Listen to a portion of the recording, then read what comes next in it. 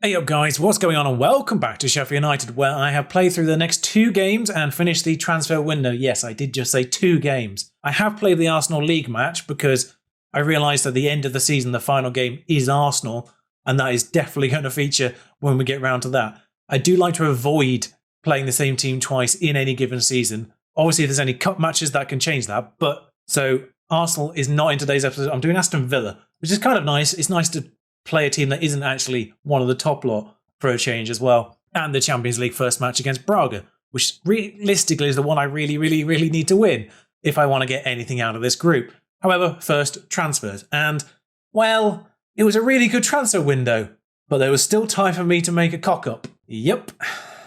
Nearly got there. Nearly got through one. Anyway, outbounds. First and foremost, Ender Stevens, who was 6th on my left-back list before Jordi Alba came in.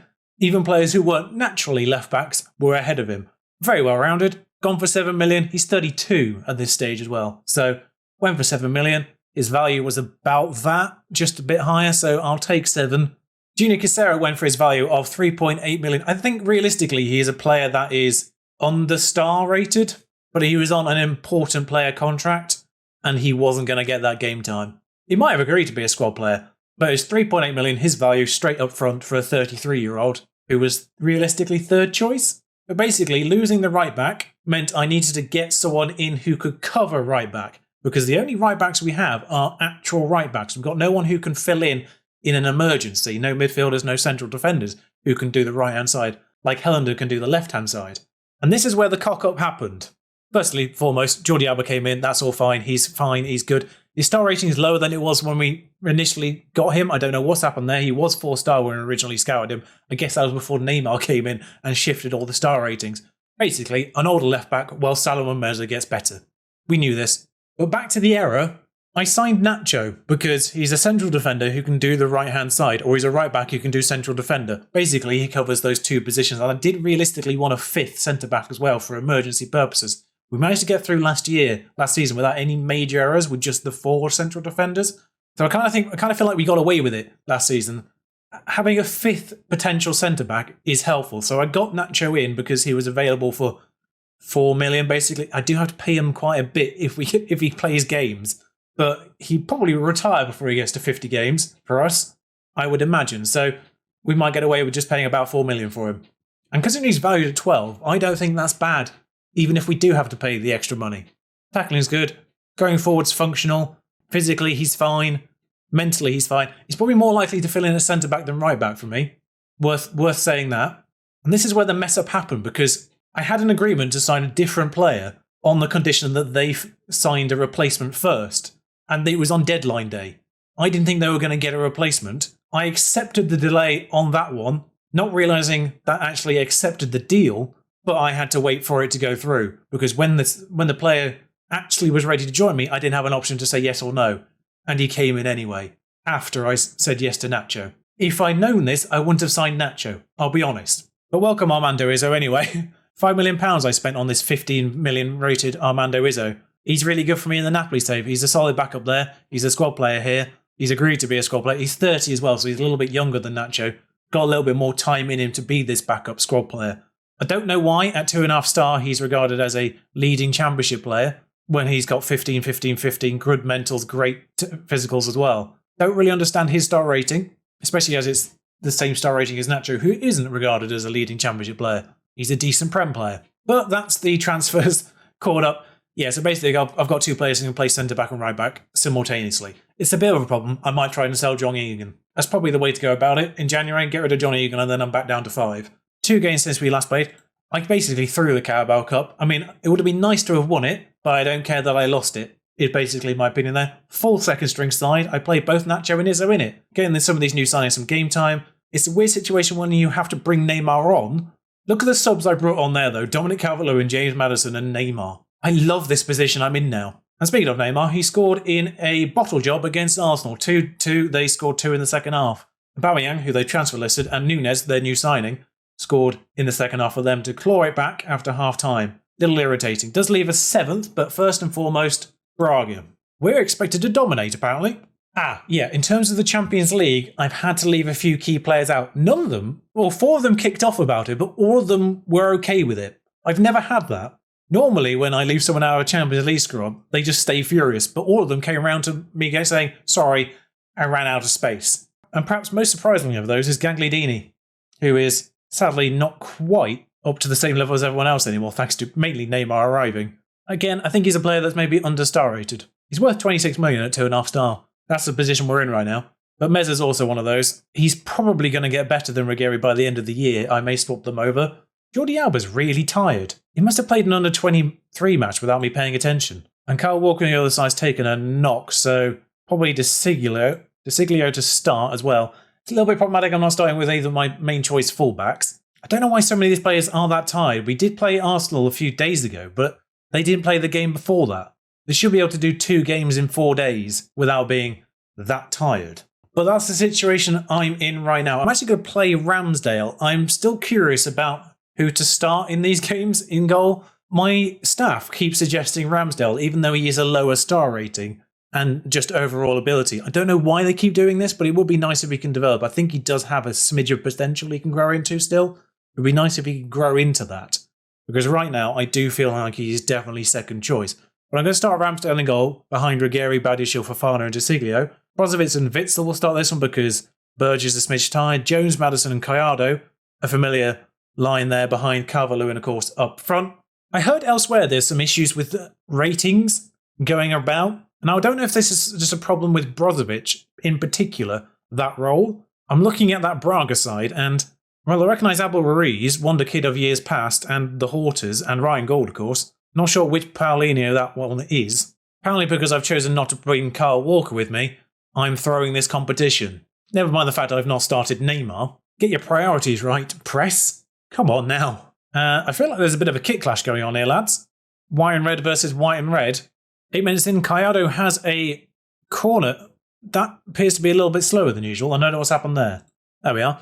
I've changed the corners up because we just really weren't scoring anything from corners at all. So I figured short corners, we'll try that experiment. We'll move on and try something else now. Of course, with better corner takers as well, that might make a difference too. I've changed the long throws up a little bit as well. Not massively, but just a smidge. It's still going to be played short first and foremost because long throws are basically useless this year. At the very least, in comparison to last year's game, long throws are useless. Anyway, Brozovic finds Badiashile. I mean, that was woeful, Benoit. What were you doing there? And Witzel's going to get sent off? No, expert slide tackle. Witzel is booked though, so that... Right, now's not the time for an error from Ramsdale either. Like, you're in this team today because I want to see if you're going to perform better than you did in the first season. You, like, as much as I sort of... Oh god, that's gone in somehow. Maddison gets the goal. I don't know how it's happened. But back to Ramsdale. Like, I don't think he was necessarily a bad goalkeeper over the course of the entire season. He was just prone to eccentricity, which is admittedly in his profile. But Ruggeri here finds Jones. Maddison heads it. Oh, right, so it is actually a proper legitimate goal. It just happened so fast I didn't see it properly.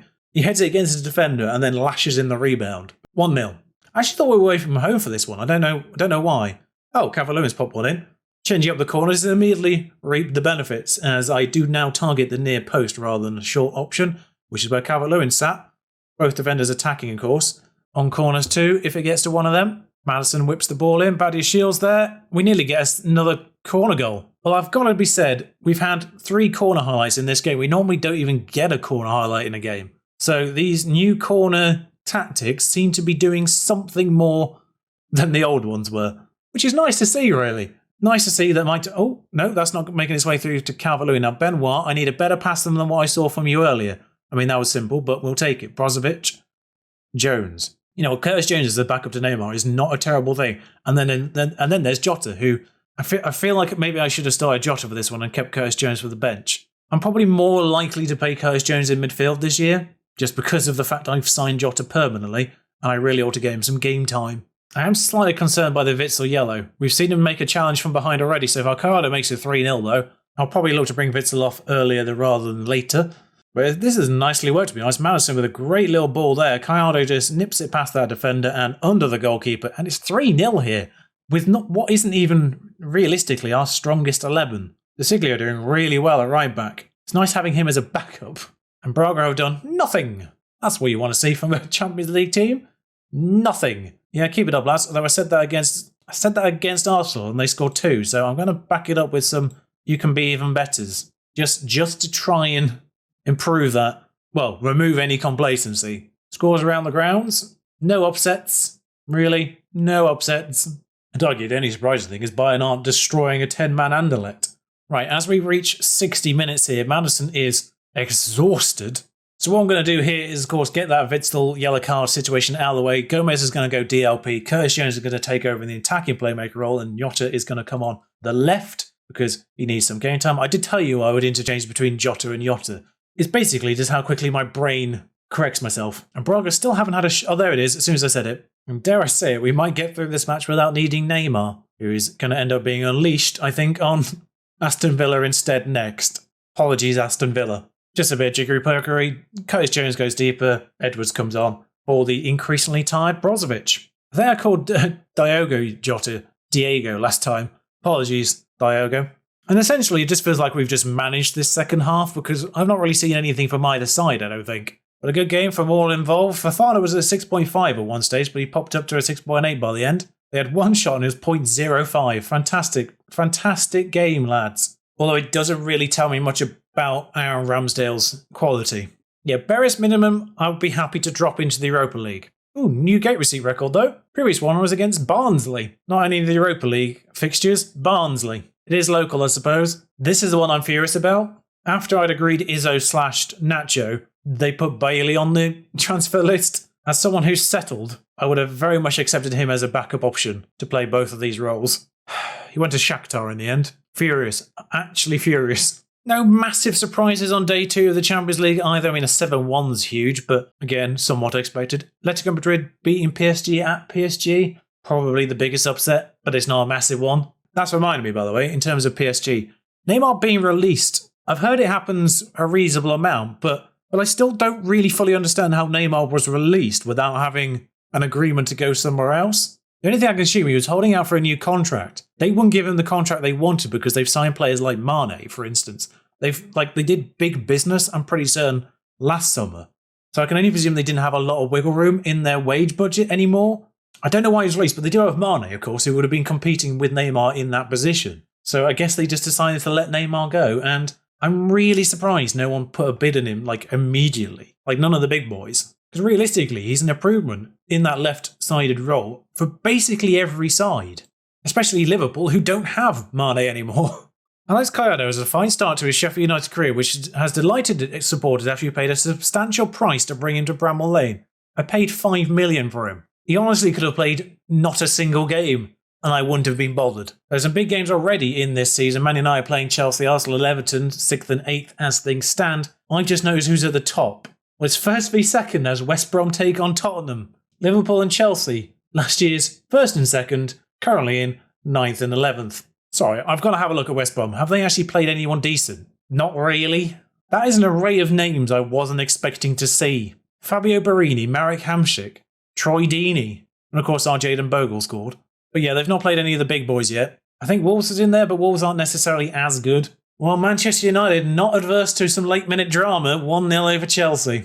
That must be a new gen. I don't recognise the name, or at very least a youngster. They keep telling me to put shoot and sight on, which never works. Brozovic was injured at some stage. Didn't even notice. Sander Berge. So against Aston Villa, we will have Xhaka in goal, Alba on the left, Badiashile and Fofana, of course, in the middle, Walker on the right, Berge and Witsel, Neymar, Gomez, Edwards and Calvert-Lewin. Maddison, just stepping out of this one, he's played a lot of games. He was obviously the first one to get really tired in the midweek against Braga, so just giving him the rest here with the injury to Brozovic, of course. Marcus Edwards has actually just edged Gallardo in terms of just overall ability, by the way.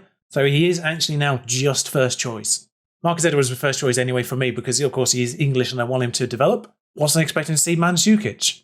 And away we go. They've got a DM in their Arsenal, which hopefully won't neuter our attacking midfielder as Edwards intercepts that one. Doesn't really go anywhere though. House smashes it, but it only goes as far as Fofana and then Walker. Edwards will have Walker to assist him now. He decides to go back to Witsel. Witsel, of course, is Belgian, not German. I do pronounce his name the German way. I'm not sure if you do in Belgian pronounce the W as a V, so maybe it is Witsel. I'll just call him Axel from now on. That makes life easy, doesn't it? Albert, Jordi Albert, of course, from my Atletico Madrid beta save last year. We now have a recurring player in the form of Jordi Albert. Yeah, Luis Suarez is on Neymar's friend list, so was tempted to look into that one. Of course, he's now at Atletico Madrid in real life, wasn't when we did the beta last year. Anyway, Walker intercepts that attack. I think they're playing AmazingChi on the left, which is baffling. Then again, he was at Leicester before in this save, and that's where they played him, rather than as a striker. Burge to Calvert-Lewin. Burge out to Edwards. Edwards has cut in. Edwards has smashed it wide. You know, each to their own. Most people would have tried to put on target, but no, Marcus, you do what you want to do. I've got a couple of bookings now. I was tempted to say play down the right now that Mings is booked, but Neymar's on the left, and I kind of want play to go through him a bit more. Anyway, Jordi Alba's going to lob this ball to no one. Good work there. Rennie Adelaide. I don't know why I recognise that name. I don't think is he at Aston Villa normally? I'm not certain if he is or isn't, but I do recognise the name.